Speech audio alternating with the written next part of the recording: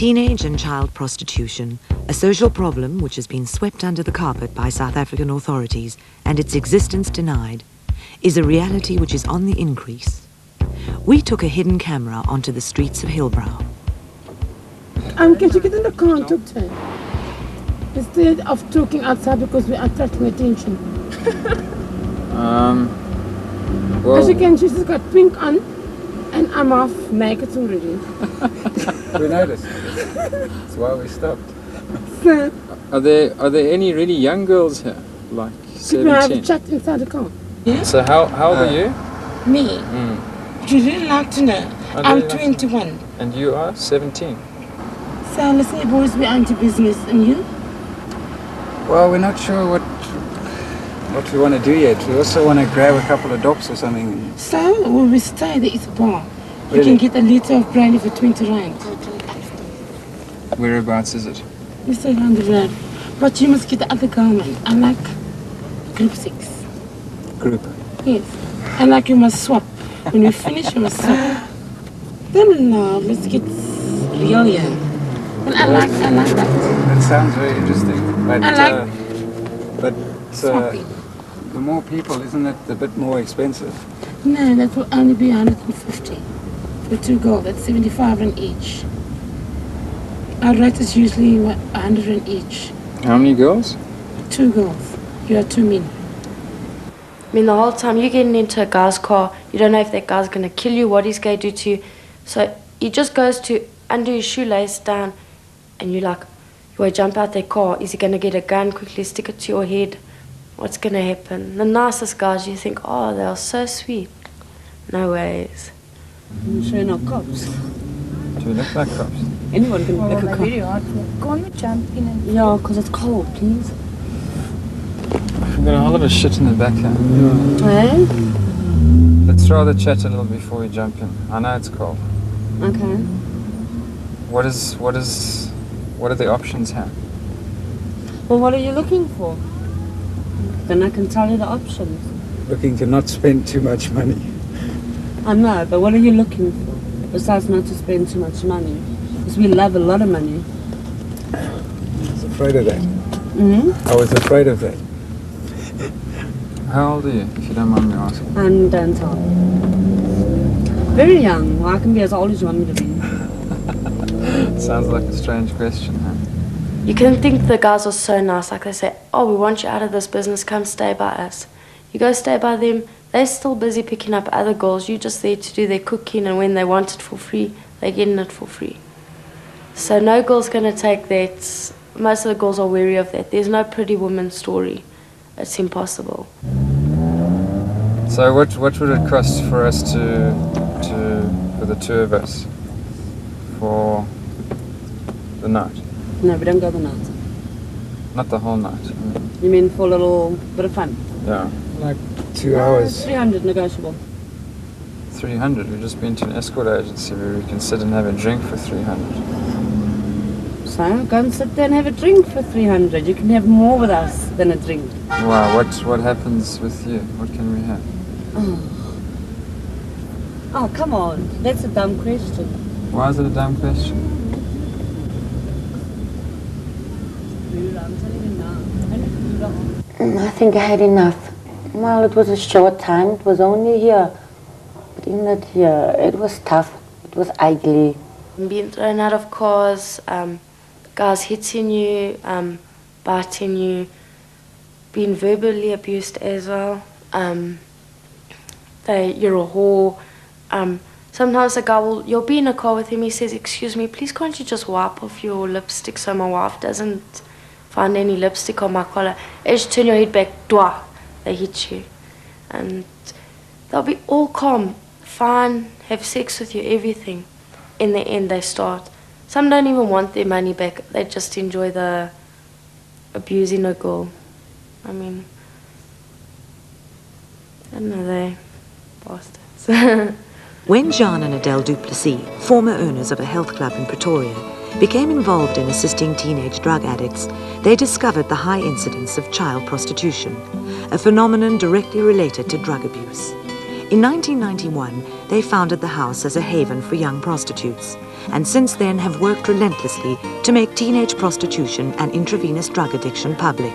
I think the biggest thing then, the biggest pull to the streets is that kids romanticize about Hillbrow. It's lights, it's busy, it's active, there's clubs and restaurants, and so they romanticize and think that this is the ideal place to stay, this is where I want to be. The chance of you getting picked up by a pimp is very good. The pimp will see you as quickly as I will see you that you don't belong in Hillbrow, and because kids need loving and caring and attention, and those are their needs, and the pimp will fulfill those needs. The pimp will provide shelter, food. You want to be big, you start drugging, you try and fit in with the new crowd that you're with, and within a week or 2 weeks you're a drug addict, and within that same 2 weeks you're on the street selling yourself because you need to support the drug habit. It's quick.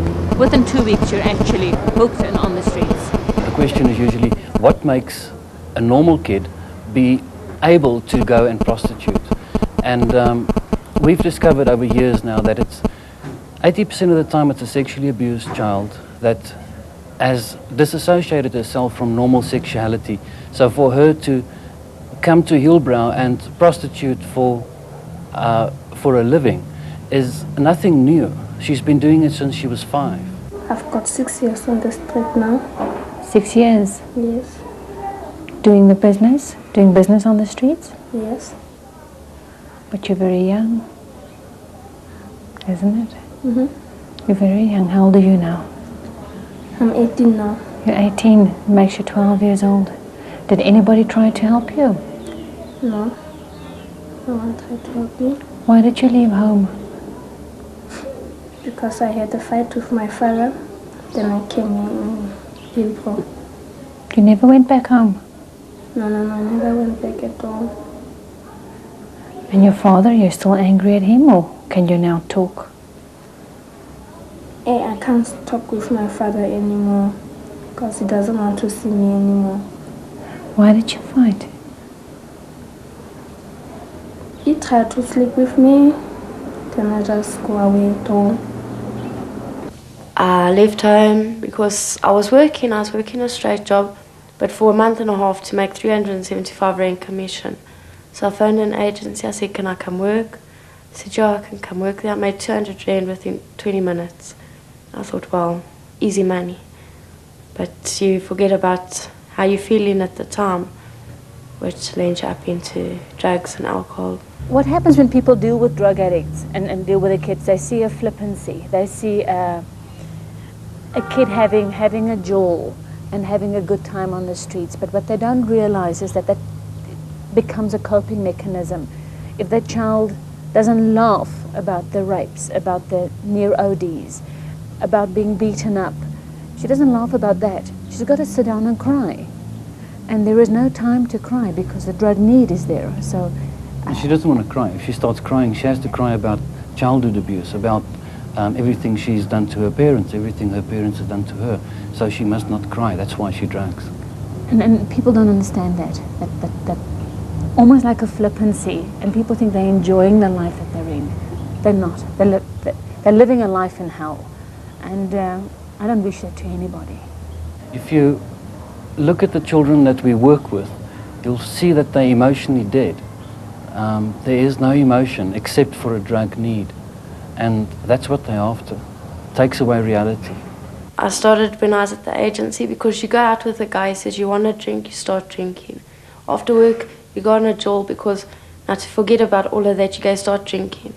And then you smoking joints as well. From that, I went straight on to alcohol, then to buttons. Most people go buttons to alcohol. Then went to rehab, and I came out. I think 3 days later, I was back in Hillbrow. I had my first shot, administered myself, and I stopped shooting when I started with coke now. I started to smoke tablets. Buttons? Buttons. Yeah. Then my boyfriend, I stay with other guy, teach me to smoke cocaine. Just smoke cocaine. But that's expensive. Yeah, it's expensive, but I was afford to buy it. Did you also have to buy drugs for your boyfriend? He wasn't working? No, he wasn't working. If, which is the norm, she will spend the money that she makes. So if she makes 500 rands for the day, she will spend every single cent on drugs. They prostitute to buy the drug to be able to cope, to be able to prostitute again. So it's a cycle, and at the end of the day, you cannot deal with prostitution as a single thing, or drugging as a single thing. Say, starting 7 o'clock in the morning, you've made your money by 7 o'clock. You're going to go home, you're going to drug, you're going to go to sleep. You might wake up 6 o'clock in the evening. As if like you're a slow addict. Most of the girls, you'll stay awake for like 2 days on end. You forget when you sleep. Or you'll stay awake the whole weekend just working, smoking, working, smoking. Sleep in between for a few hours. Oh, when last did I eat? I think it was yesterday. I don't know. I'm feeling hungry. And then you'll walk down the street. On every street corner, and they get to know where most of the addicts are staying. And so the button merchants move there, the coke merchants, everything. Then you can be walking on your way to work, and someone will say, "Oh, yeah, do you want a rock? Or have you got a pipe for me to borrow?" And then you say, "Yeah, sure." They come upstairs with you. The people are very nice. They're very generous in the beginning. It's like, "Oh no, have it for free. Have it for free." Especially if you come out of rehab as well. I came out after being a pink addict, and then the merchant say to you, "How about have a shot for free?" Yeah, get it for free. And then in the end, when you're done and out, and you say, "Please, can I have one on credit? Please, I'll pay you just now." No. And that's when you need the free one. The free one started you back on it. We stumbled upon child prostitution simply when we started working. We started working with drug addicts, found out that the drug habit is very expensive, so you prostitute to support the drug habit, started working with prostitutes, and then found out that they were on the streets 6-7 years ago, making them 12 and 13 on the streets.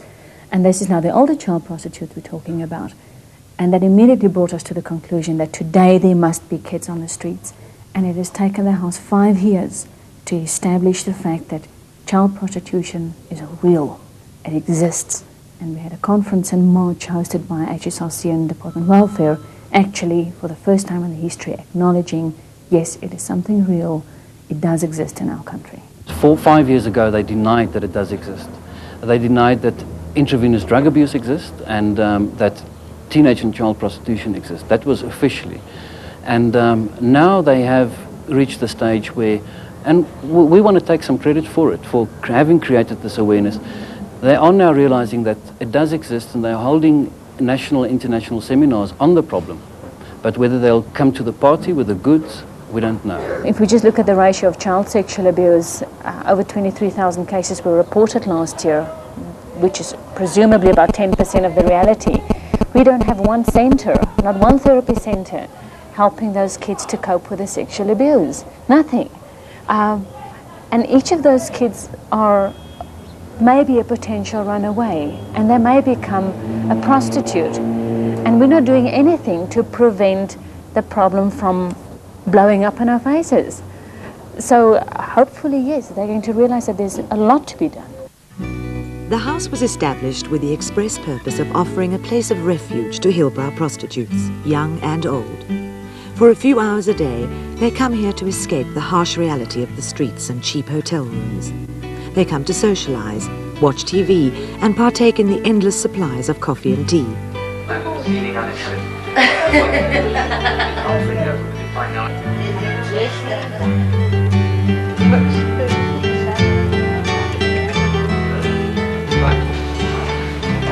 Here, counseling can be casual or structured, but the key is not to force the girls off the streets and into drug rehabilitation programs. They must receive guidance, be prepared over a long period of time, and go when they are ready and willing to do something positive to reverse their predicament.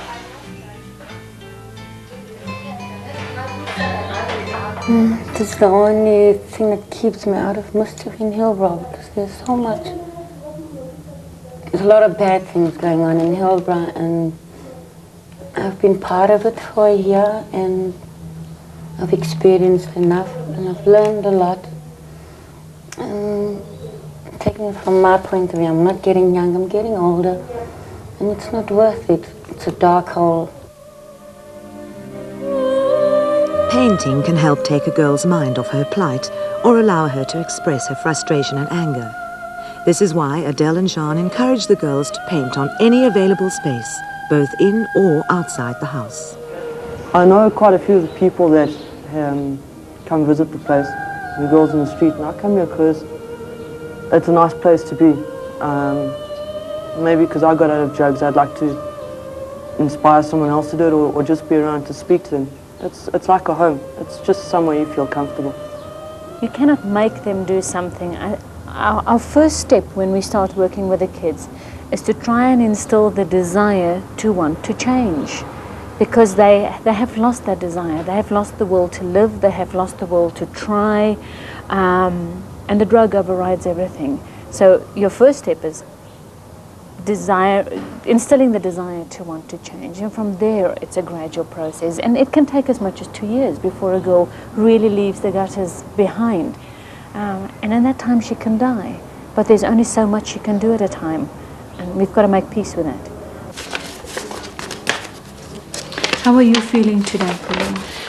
I'm feeling a little bit scared, but I'm feeling okay. But the thought about being raped by an unknown person makes me feel, I don't know, like I did it to myself, you know, to get raped or something like that. That's how I feel. Pauline, nobody asks to be raped. Even if you're working on the street, it doesn't mean that you have to be raped. Come on, my sweetie. No, you didn't ask for it. Okay, they're not allowed to do it to you, no matter what happens. You didn't ask for it. Okay. And it was wrong. It shouldn't have happened. What are you going to do about working now? No, but I'm just scared to go on the streets again, thinking like the same thing is going to happen. It's just not there. Working on the streets is going to happen again. It really is going to happen again, Pauline. It happens to the girls many, many times, and maybe you should look at this as a warning. Try and go home. Try and get out. When that kid gets found, the problem here is welfare says criminal, prostitution and drugs. Police says child, welfare, and that child gets passed back and forth between the two departments. And in the process, the kid falls through the systems again and again and again, till eventually the child is 16 or 17 years old, which is school leaving age. Welfare feels, well, you know, kid could have left school, it's okay now, and nothing gets done. Or the first time the police got you, how old were you then? I was 15 years. And what did they do? They just put me in jail. For how long? For 2 days. Then 4 o'clock they let me to go. But they didn't take you someplace where you can get help? No, they didn't take me anywhere. Just left? They were just only talking they're gonna take the young girls to the schools. They can stay there, and they count us already. We were supposed to go already. Then they came again, they said we must go. Nothing happened there? Nothing happened. Condoms we supply. There's a basket in the lobby. Everybody can take what they want. It's got little cards on talking about the house and telling where the house is. The condoms we get from TPA, and we distribute about 25,000 condoms a month. We distribute condoms to agencies and as well as from the door, from the lobby at the house. Condoms everybody's very happy about. People say, oh, so responsible. You're giving people condoms. It's great. The responsible thing to do. AIDS is a real risk. But the minute that they find out that we sell syringes, which we do sell, comes with we also sell it with a little swab. The minute they find out that we sell syringes, they're horrified, because it's like immorality and loose sex is okay, but please don't be a drug addict. And I don't understand that, because the risk of AIDS is very, very big, more so with intravenous drug addicts and prostitutes at the same time. There is a risk. If a girl is HIV positive, she will continue working on the streets till she dies. Where must she go to? There's nowhere for her to go to. There's no home, there's no support structure, there's no facility, and she will stay on the streets, and most probably when she looks too bad and can no longer do business, she will take an OD and commit suicide. And I'm going to have Recently, Adele and Jean have introduced a project called Child Friend. Jean explains to volunteers who work at the house. Magistrate makes a stupid decision and lets a guy go as a token for all the public to see. A 300 rand bail is fine if you allegedly assaulted 4 boys or 9 boys. We can, if we wanted to, we can get all the Child Friend members to write a letter to that magistrate to complain about it. We can get 100 letters within a week to the next, to the newspaper in Pretoria, complaining about this man's conduct. And we can write 100 letters to the state president complaining about this. And in time, Child Friend will change the country's whole idea of legalized legislation concerning children. Apart from coming to the house in their spare time to chat to the girls and make sure that all is running smoothly, volunteers also do street work, which involves telling prostitutes about the existence of the house. You hear numerous things that you prefer not to talk about. We've had I've had a case where a mom and daughter came in together, where the child couldn't have been more than 13, older than 14, 13, around there, and they're actually beating together. And her son OD'd, and yet she's buying Spix for her daughter to use Welcanol, and that's sad. The fact that there's high-class society men out there abusing these women and abusing children, that's the worst. The fact that a 40, 45-year-old man can abuse a 13-year-old or a 14 or a 15-year-old little girl, I just can't come to terms with that. But the important thing is, when you drive away here in the evening, you have to switch off. Otherwise, you won't be able to cope and carry on. And then you're going to back out. And the moment you do that, there's a lot of girls that has grown close to you and gotten used to seeing around and only, well, speak to you about whatever troubles them. And it's unfair to the kids if you should decide to pull out. There's a street law, which I'm slowly but surely learning, which is weird because it's respect the evil, if I can put it that way. The people that are selling the drugs to the children are the people that I have to respect on the street, which is quite difficult to understand. But anyway, that's just how it is. That's the reality. You get very angry at the people that are the perpetrators. On the other side, you know that you've got to help. There's many times when you want to throw in the towel and say, this is it, I've had enough, no more, till the next kid walks in the door and you say, well, okay, here we go again. I think you get skills, you grow into a job. You get the skills to cope with what happens. We deal with rape, we deal with murder, kids ODing, 12-year-old walking in that has been sexually abused by a stepfather, for argument's sake. And you have to control your anger. You have to control the desire to want to kill. And then the only way to do that is by focusing on the child. By saying the child is right now the most crucial issue. Another girl said there's only 2 ways out of Hillbrow: getting killed or overdose. And the last time I was with those 2 girls, and the one's overdosed and the one got killed. Tracy is afraid that the same thing will happen to her. And although it's her second attempt at rehabilitation, this time she's determined to succeed. But I've learned my lesson. If I get a straight job, I'm not going to be so quick to move out of the home.